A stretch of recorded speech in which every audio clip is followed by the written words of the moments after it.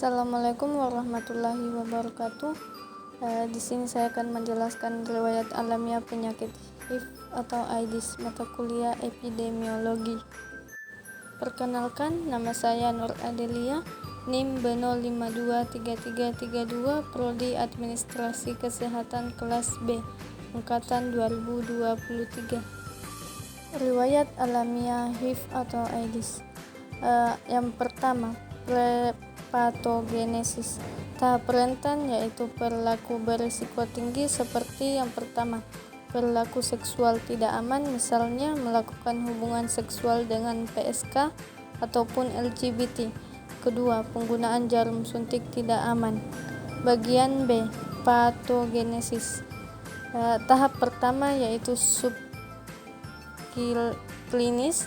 Setelah infeksi HIV terjadi, maka terjadi perlekatan antara GP120 dan reseptor sel CD4 yang memicu perubahan konformasi pada GP120 sehingga memungkinkan pengikatan dengan koreseptor kemokin, biasanya CCR5 sel T, makrofag, monosit, dan sel dendrit atau CXCR4 sel T. Setelah itu terjadi penyatuan pori yang dimediasi oleh JP51. Masa inkubasi. Masa inkubasi HIV bervariasi, walaupun waktu dari penularan hingga berkembang atau terdeteksinya antibodi biasanya 13 bulan. Namun waktu dari tertular HIV hingga terdiagnosa sebagai AIDS sekitar kurang 1 tahun hingga 15 tahun atau lebih. Tanpa pengobatan anti-HIV yang efektif, sekitar 50% dan orang dewasa yang terinfeksi akan terkena AIDS dalam 10 tahun sesudah terinfeksi. Median masa inkubasi pada anak-anak yang terinfeksi lebih pendek dari orang dewasa.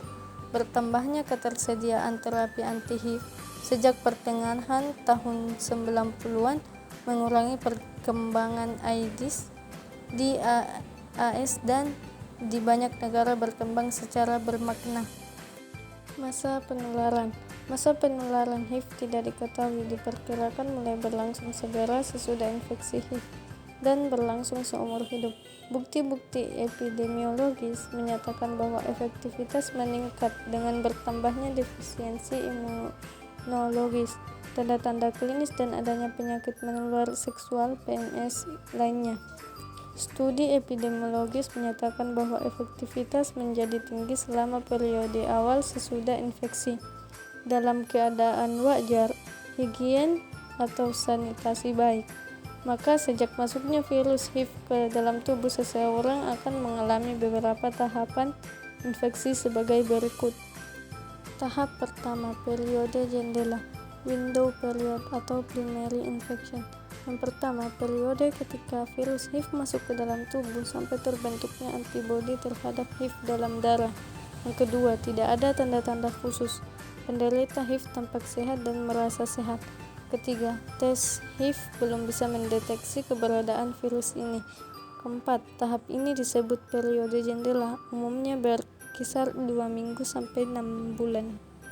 Tahap 2, HIV positif, tanpa gejala atau asimptomatik.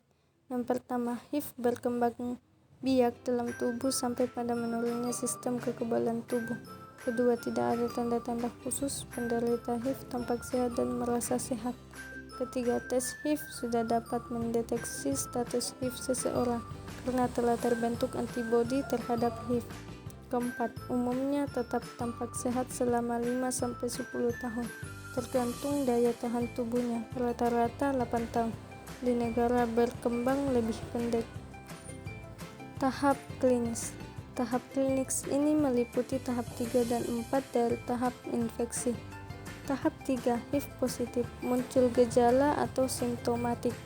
Yang pertama, sistem kekebalan tubuh semakin turun. Kedua, mulai muncul gejala infeksi oportunistik, misalnya pembekakan kelenjar limfa di seluruh tubuh, diare terus-menerus, flu, dan lain-lain. Ketiga, umumnya berlangsung selama lebih dari 1 bulan, tergantung daya tahan tubuhnya. Tahap 4. AIDS Opportunistic Infection. Yang pertama, kondisi sistem kekebalan tubuh sangat lemah. Yang kedua, berbagai penyakit lain. Infeksi oportunistik semakin parah. Bagian 3. Tahap recovery, disability or death. Bagian A, tidak bisa sembuh, menderita seumur hidup, menimbulkan kematian, dan infeksi oportunistik. Sekian, terima kasih.